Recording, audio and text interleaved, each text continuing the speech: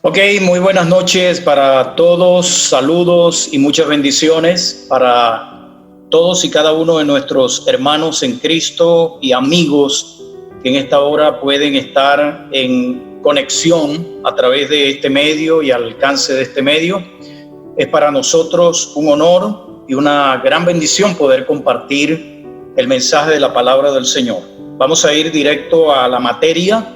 Y para ello voy a estar leyendo el texto que se encuentra en el libro de Lucas, capítulo 11, desde el versículo 1 hasta el 4. Y dice así: estando él en cierto lugar orando, cuando terminó, sucedió que uno de sus discípulos le dijo: Señor, enséñanos a orar, como también Juan enseñó a sus discípulos.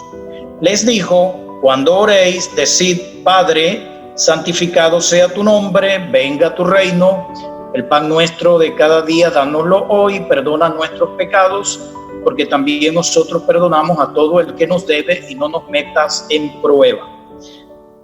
Permítanme en esta misma dirección, pues, dar gracias a Dios. Padre, alabamos tu nombre, te bendecimos, te damos gloria y honra, exaltamos tu glorioso nombre, reconociendo tu grandeza y sometiendo nuestras vidas a tu voluntad en esta hora.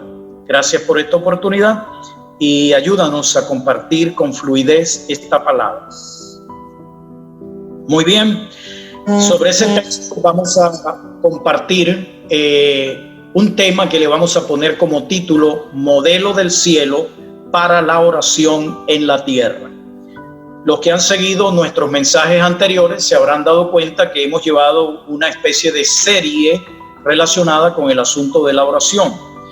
He insistido en el tema de la oración, consciente del valor y la importancia de esta en la experiencia cristiana, sabiendo que el principio cardinal o principal en la vida cristiana es la relación con Dios, de la cual dependen todas las demás cosas.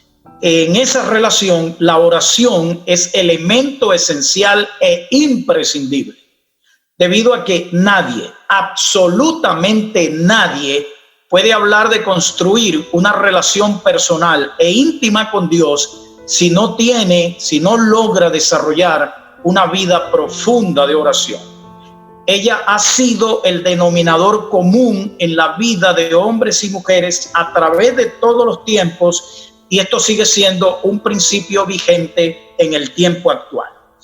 Es por ello que es necesario hablar de la importancia, la utilidad y la efectividad de la oración cuando es hecha de manera efectiva. Note que estoy resaltando que cuando es hecha de manera efectiva. Cuando es así, ella tiene un poder transformador de cualquier situación o cualquier circunstancia. En el tema de la guerra espiritual, de la cual la palabra de Dios nos enseña que lo de la guerra espiritual es una cruda realidad de la vida humana a la que nos enfrentamos 24/7, y cuando digo 24/7 no me estoy refiriendo a un texto bíblico, sino a 24 horas, 7 días a la semana, donde no hay tregua, porque el enemigo y el reino de las tinieblas ataca de manera incesante. Según lo dice el libro de los Efesios, capítulo 6, versículo 12, donde nos dice que no tenemos lucha contra lo humano, sino contra un reino espiritual de maldad que habita en regiones celestes y que atenta intencional y destructivamente contra la vida de las personas, y que contra la iglesia desata una guerra frontal, porque la iglesia de Cristo es la única que realmente y verdaderamente puede hacerle frente y vencer. En esta guerra, la oración es un arma principal de ataque. La oración no es para nosotros un arma defensiva, ni siquiera. Es un arma poderosa de ataque. Si a algo el diablo le teme, es a una iglesia que ora y sabe orar efectivamente. Porque él sabe que la oración hecha con efectividad mueve el cielo a su favor. sabe que una oración hecha con efectividad neutraliza toda operación satánica y demoníaca. Y alguno o alguien puede preguntar, bueno, ¿y es que acaso no oramos? Bueno, como hemos dicho anteriormente, el asunto no consiste en orar.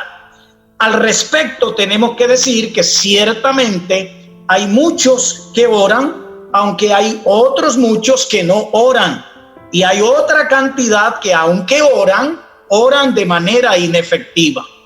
El escritor bíblico Santiago dijo, ustedes piden y no reciben porque piden mal. O sea, él está aclarando o está estableciendo que la oración mal hecha no tiene respuesta, no tiene efectividad. El texto que hemos leído comienza con una petición de un discípulo de Cristo que está pidiendo que lo enseñen a orar. Y si esta persona está pidiendo que lo enseñen a orar caminando con Cristo, es porque él entendió que a pesar de que ellos oraban, necesitaban una enseñanza más profunda sobre la oración. Y se reconoce con esto entonces la necesidad, la profunda necesidad de orar correctamente. Y es aquí donde Jesús planteó esto que podemos llamar el modelo del cielo de oración para ser practicado en la tierra. Es lo que conocemos comúnmente como el Padre Nuestro, y que de paso también ha sido mal interpretado y mal aplicado por muchos religiosos, que lo que han hecho es convertirlo o convertirla en una vana repetición tipo letanía. Y como ya hemos dicho anteriormente, si Dios no está comprometido a responder una oración por la cantidad de personas que la efectúen, mucho menos está Dios comprometido a responder una oración por el hecho de que una persona repita lo mismo 20,000 veces. No tiene sentido una oración repetitiva de manera mecánica. La oración que Jesús plantea aquí no es una letanía mecánica, es una dinámica efectiva. Y es importante entonces considerar los principios que contiene este modelo de oración del cielo para ser practicado en la tierra. Quiero que note la secuencia perfecta, lógica, progresiva y perfecta que tiene este modelo de oración. En este orden, Dios, su propósito y nosotros. Dios, Padre nuestro, que estás en los cielos, santificado sea tu nombre. Su propósito, venga tu reino, hágase tu voluntad. Nosotros, el pan nuestro, el pecado nuestro, el peligro nuestro. Ese es el orden. Dios, propósito, nosotros. El primer gran fallo en la oración de muchísima gente, como lo hemos mencionado anteriormente, es poner la carreta delante y el caballo atrás. O sea, en nuestra oración común nos ubicamos nosotros primero, que en el orden que Cristo plantea estamos en la última posición, porque en la oración lo que debe ir primero es Dios, segundo su propósito y tercero nosotros. Pero en nuestra oración común, en la oración del común de las personas, primero nuestras necesidades, o sea, primero nosotros, nuestras necesidades, nuestros intereses, nuestros problemas, nuestras expectativas, nuestros planes, y si acaso de último algún espacio para pedir relacionado o con lo relacionado con Dios. Vamos a considerar estos principios que esta oración plantea en este modelo que Jesús plantea y que la hace la oración más altamente efectiva que se pueda usar. Número 1, la oración debe ser una experiencia de relación íntima con Dios. La oración no es una experiencia de petición. Según este modelo, la oración tiene que ser una experiencia de relación íntima con Dios. Porque el gran objetivo de la oración, el primer objetivo de la oración, debe ser tener un espacio y un tiempo de comunión con Él y disfrutar de su presencia. Todo ello es el gran privilegio para nosotros, especialmente como hijos de Dios, no solo de hablar con Dios, sino de hablar con nuestro Padre Celestial. Si el salmista David en el Antiguo Testamento consideró que tener comunión con Dios y hablar con Dios era el más grande privilegio. Y allá en el Salmo 27, él dijo esta palabra: una cosa he demandado al Señor y esta buscaré, que esté yo todos los días de mi vida en la casa del Señor para contemplar su hermosura y para meditar en su templo. Estableciendo el gran privilegio y la gran bendición de poder acercarse a Dios y estar en su presencia. En otro salmo dice que entremos por sus puertas con acción de gracias y con regocijo. Si eso lo dijeron aquellos hombres en la antigüedad, que no tenían el privilegio de ser considerados verdaderamente hijos de Dios, ¿cuánto más nosotros? Y es ahí donde la oración tiene que ser para nosotros una experiencia de comunión con nuestro Padre Celestial. La palabra Padre Nuestro, por la que comienza la oración, nos ubica primero en un plano de relación íntima, en un plano de relación familiar. Y eso es el más grande de los privilegios. Y eso tiene que ser motivo de regocijo y gratitud. Nunca antes de la obra redentora en Cristo nadie pudo llamar a Dios Padre legítimamente, porque es hasta el momento de la muerte y resurrección de Cristo que se abrió la oportunidad de poder ser constituidos en hijos de Dios. La obra redentora de Cristo nos otorga el derecho y la facultad de ser hijos de Dios por engendramiento, como lo planteó el apóstol Juan en su libro, en el Evangelio de Juan, cuando dice en el capítulo 1, versículo 11, a los suyos vino y los suyos no le recibieron, pero a todos los que le recibieron, a los que creen en su nombre, les dio el poder, les dio la facultad de ser constituidos hijos de Dios, los cuales no son engendrados por voluntad humana o por obra humana, sino por obra de Dios directamente. Y esto es lo que hace la diferencia. Como lo dijo Jesús, aquel maestro judío que fue a él de noche, llamado Nicodemo, y que vino a Jesús con un planteamiento. Y Jesús rotunda y categóricamente le estableció esto del nuevo nacimiento como el requisito indispensable para poder tener una verdadera relación con Dios y poder tener un verdadero acceso a Dios y a su cielo. Jesús le dijo a Nicodemo: el que no naciere de nuevo no puede entrar en el reino de Dios. El que no naciere de nuevo no puede ni siquiera ver el reino de Dios. Nosotros hemos nacido de nuevo. Nosotros hemos experimentado lo que es el nuevo nacimiento, la regeneración. El que no lo haya experimentado, pues simplemente no es hijo de Dios. Eso no lo digo yo, eso lo digo el propio Jesús.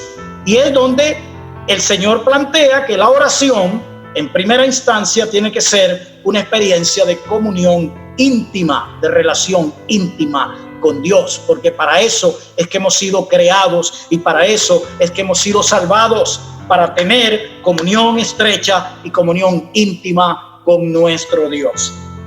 Y ahí es donde viene el segundo principio.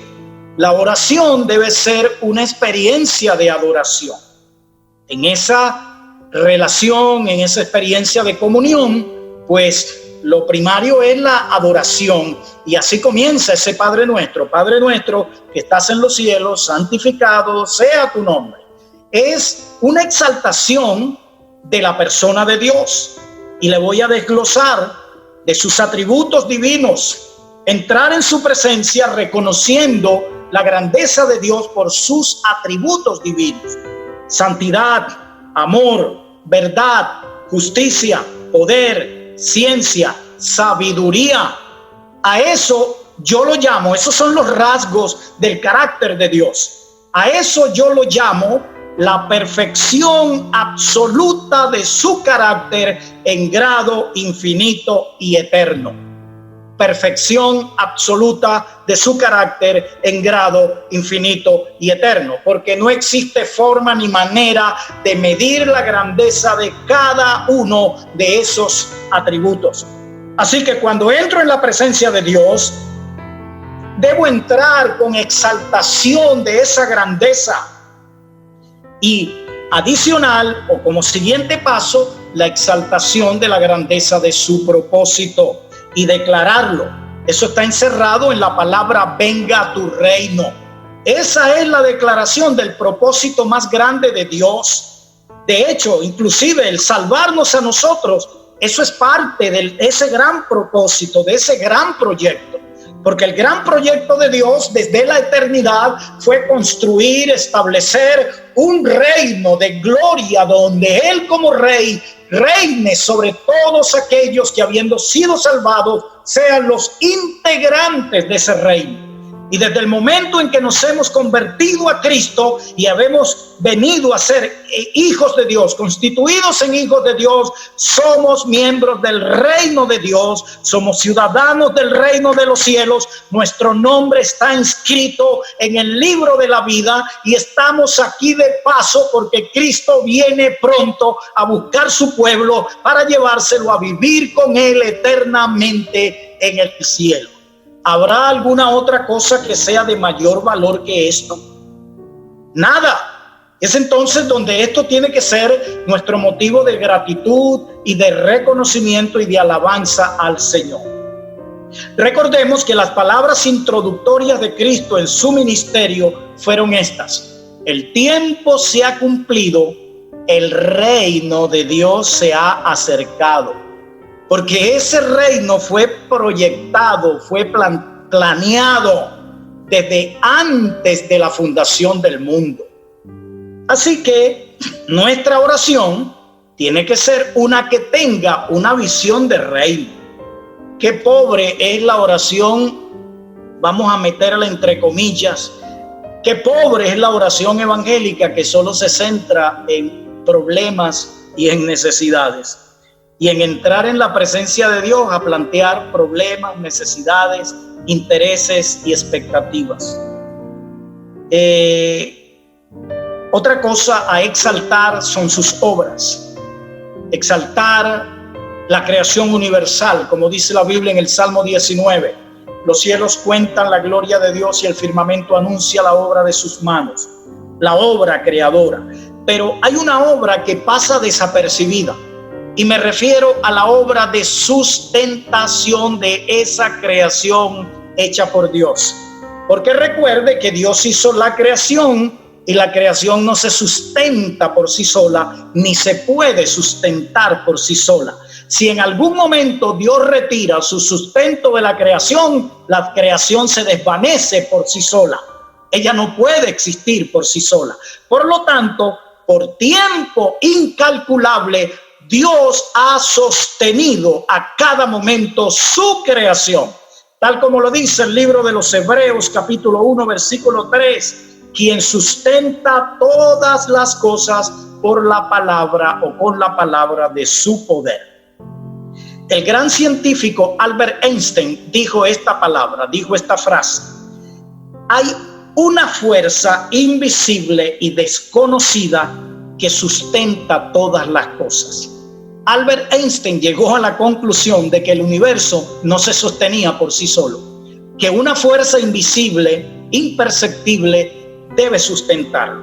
Él no supo explicarlo, pero la Biblia en Hebreos 1:3 explica que este universo se sustenta con la palabra del poder del Señor. La tercera obra que hay que reconocer es la obra redentora. Esa es la magna obra de Dios, la obra de la redención para la salvación del pecador efectuada en la cruz, y esa es la que nos constituye en hijos de Dios a quienes se arrepienten verdaderamente. Por todo ello es que se debe adorar a Dios, y esa es la experiencia más gratificante que se pueda tener. Oiga, en el cielo hay ángeles especiales llamados serafines, designados para adorar a Dios continuamente. Son aquellos seres angelicales que dice la Biblia que tienen 6 alas. 2 las usan para cubrir su rostro, 2 para cubrir sus pies y 2 para volar. Y continuamente, sin detenerse y sin cambiar la tónica, dicen: santo, santo, santo. Alabanza y adoración al Señor de manera constante. Y usted preguntará: ¿y no se cansan? No, no se cansan. ¿Y no se aburren de decir santo, santo, santo? No, tampoco se aburren de decir santo, santo, santo. ¿Sabe por qué? Porque estar en la presencia de Dios es la experiencia de mayor gozo, de mayor llenura, de satisfacción y contentamiento que puede experimentar el ser humano. Por eso, cuando una persona logra verdaderamente conectarse con Dios, entrar verdaderamente en la presencia de Dios, ahí no hay espacio para mención de necesidades ni de problemas en la presencia de Dios. Porque en la presencia de Dios, dice la Biblia, que hay plenitud de gozo. Pero es al que sabe entrar realmente en la presencia de Dios. Número 3, principio número 3. La oración debe ser un acto de decisión, de alineamiento y sometimiento de mi voluntad a la voluntad de Dios. El asunto es que esto representa nuestra más grande lucha y nuestra más grande dificultad en la experiencia cristiana. Nuestra mayor dificultad no son los problemas que tenemos, no son las necesidades que tenemos. Nuestra mayor dificultad no es el coronavirus, no es el contagio, no, esa no es nuestra más grande dificultad. Nuestra más grande dificultad es lograr someter nuestra voluntad a la voluntad de Dios. Esta es nuestra más grande lucha. Padre nuestro que estás en los cielos, santificado sea tu nombre. Venga tu reino, hágase tu voluntad como en el cielo, así se haga también en la tierra. El problema es que la voluntad de la tierra regularmente va en posición diametralmente opuesta a la voluntad de Dios. Y ahí está incluida una gran cantidad de gente del pueblo de Dios. ¿Por qué? Porque mi voluntad implica mis propios criterios sobre la vida, sobre el mundo, sobre mí mismo, sobre los demás. En mi voluntad están implícitos mis sueños, mis ideales. En mi voluntad están implícitos mis intereses personales, mis propias expectativas, lo que yo en lo personal y humanamente espero que acontezca y espero que Dios haga de acuerdo a lo que yo espero. Y ahí están mis propios planes. Someter eso a Dios es nuestra más grande lucha. Y es donde la oración común se traduce en un esfuerzo. Regularmente, la oración común se traduce en un esfuerzo por convencer a Dios de que alinee su voluntad en la dirección de la nuestra, en vez de someter la nuestra a la voluntad de Dios. Debemos saber, tiene que estar claro para nosotros, que la mayor victoria, la mayor realización para nuestra vida no va a consistir en lograr convencer a Dios que haga y respalde lo que yo quiero hacer. Si Dios nos deja hacer lo que queremos y nosotros tenemos la facultad de hacer lo que queremos, vamos a terminar en fracaso. Ese es el mejor camino para el fracaso. Esa es la mejor vía para el desastre, hacer nuestra propia voluntad. Si nosotros logramos someter nuestra voluntad a Dios, y es donde la oración tiene que convertirse en una experiencia de alineamiento y sometimiento de mi voluntad a la voluntad de Dios. Porque en ese sometimiento de esa voluntad es donde está la vida abundante de la que habló Jesús.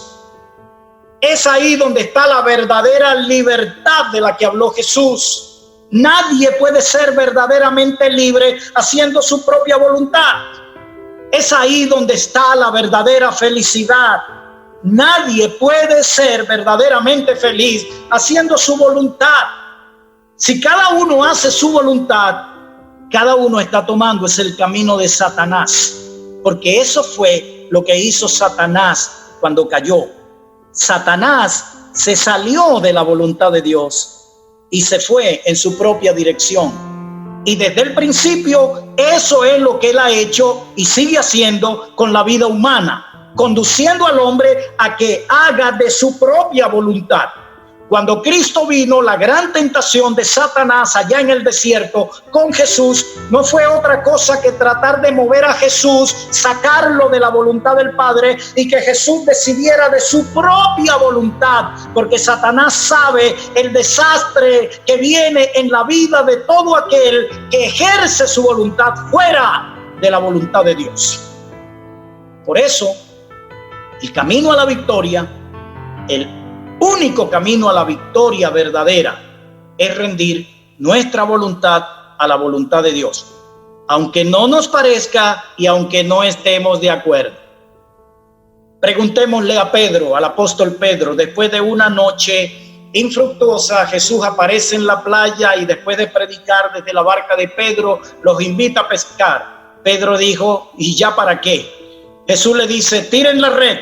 Pedro dice, Señor, toda la noche hemos tratado de hacer eso que tú estás diciendo, lo hemos hecho toda la noche y nada hemos logrado. O sea, Pedro no está de acuerdo, Pedro no entiende.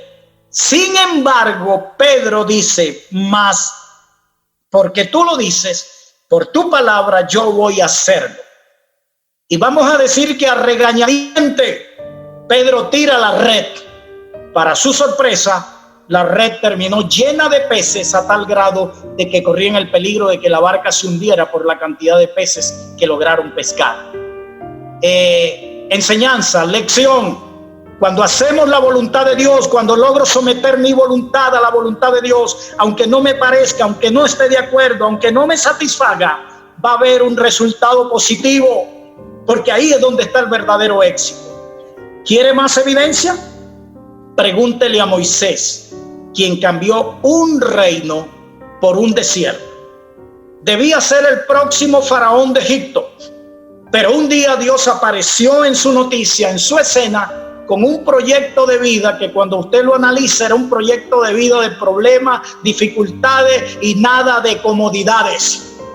El proyecto de conducir al pueblo de Israel, primero ir a convencer a un faraón allá endemoniado para que dejara ir libre al pueblo, y luego que pudo entonces salir con el pueblo, aguantarse 40 años en el desierto conduciendo a un grupo de gente muy rebelde, como para tirar la toalla y renunciar en cualquier momento. Sin embargo, eso fue lo que Moisés aceptó. Y si él hubiera rechazado el llamado y si hubiera ido en la línea de su voluntad y de constituirse en faraón de Egipto, tal vez su nombre estaría en los registros históricos de los egipcios. Pero como dice el libro de los Hebreos en el capítulo 11, él aceptó la propuesta de Dios de sufrir con el pueblo en el desierto por 40 años. Habiéndolo hecho así, hoy su nombre está no en una pirámide o en una lápida en Egipto. Su nombre está en el cielo. Y tiene un lugar reservado junto a Dios, que al Dios que lo llamó a someter su voluntad, a renunciar a sus proyectos y someter su voluntad a ese Dios. En el libro de Apocalipsis, el escritor Juan, el apóstol Juan, tuvo una visión. Vio 24 tronos, vio el trono de Dios y 24 tronos alrededor del trono de Dios.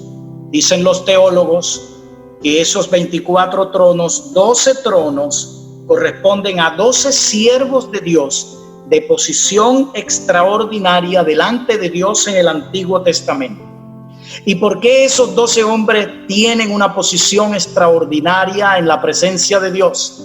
Simplemente porque fueron los hombres de mayor sometimiento de su voluntad a la voluntad de Dios. Y los otros 12 pertenecen a los 12 apóstoles de Cristo. Ahí están los 24 tronos que están alrededor del trono de Dios. Tenga por seguro que uno de esos tronos del Antiguo Testamento pertenece a Moisés, diciéndonos esto, que el mejor camino, el camino que asegura la verdadera victoria, la verdadera libertad y la verdadera felicidad, es someter nuestra voluntad a la voluntad de Dios. Así que la oración tiene que ser esto, una experiencia de relación íntima, de comunión íntima con nuestro Dios. una experiencia de adoración a Dios, reconociendo su persona, reconociendo su propósito y reconociendo lo que Él tiene para nuestra vida.